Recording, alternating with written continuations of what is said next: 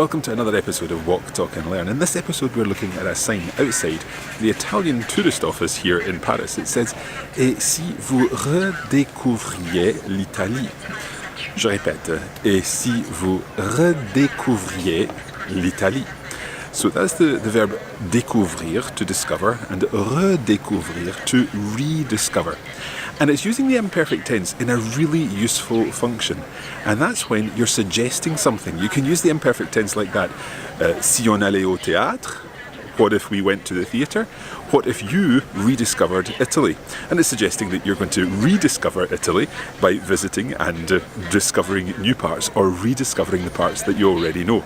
So let's go back to the studio to talk a little more about this use of si with the imperfect tense. Let's take a closer look at si plus the imperfect to make a suggestion.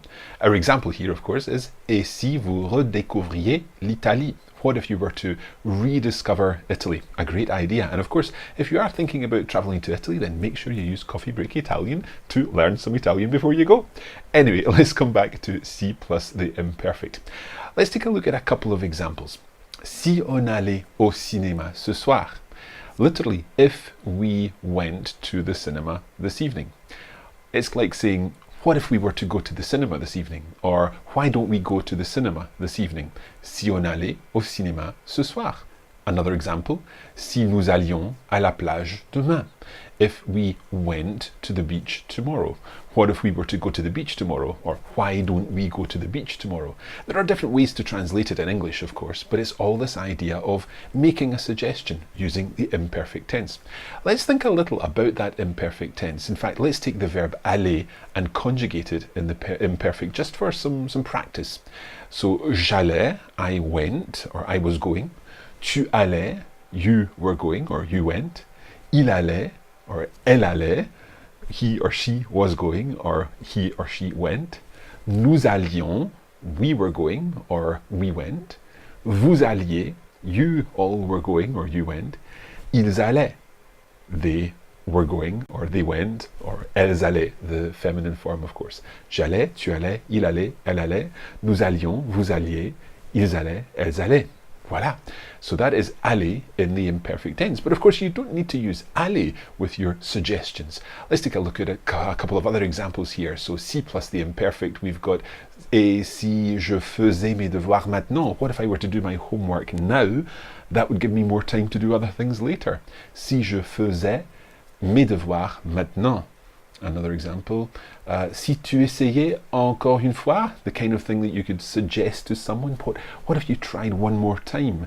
Si tu essayais encore une fois, if you were to try one more time. Here's another example, si nous allions au Canada cet été. So if we went to Canada this summer. What if we went to Canada this summer? Or what if we were to go to Canada this summer? Or why don't we go to Canada this summer? Another example. Et si elle apprenait l'italien? If she was thinking about rediscovering Italy. Et si elle apprenait l'italien? So it doesn't need to be nous or je. It can be any person that you want to talk about. Et si elle apprenait l'italien? Okay, let's put this to the test. I've got 3 sentences in English that I would like you to translate into French, and they're each using this same form, so si plus an imperfect tense. Let's see if we can get a clock on the screen here, and you're going to get 10 seconds to translate each of these sentences. Of course, you can pause the video if you need more time. So here is your first sentence. What if we went to the theatre tomorrow? So what if we went to the theatre tomorrow? Or what about going to the theatre tomorrow? We could go to the theatre tomorrow. Time's up. Let's think about this. What if we went to the theatre tomorrow? We could say si on allait au théâtre demain, or si nous allions au théâtre demain. You can also add in an et at the beginning. Et si on allait au théâtre demain? What if we went to the cinema tomorrow, or the theatre tomorrow rather? So, et si on allait, or et si nous allions au théâtre demain? Okay, let's reset the timer and we will look at number 2. And this is, what if you did it one more time?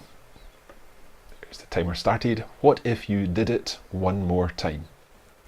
Again, you're looking at si plus the imperfect And this would be, the time's up, so this would be et si tu le faisais encore une fois, or et si vous le faisiez encore une fois.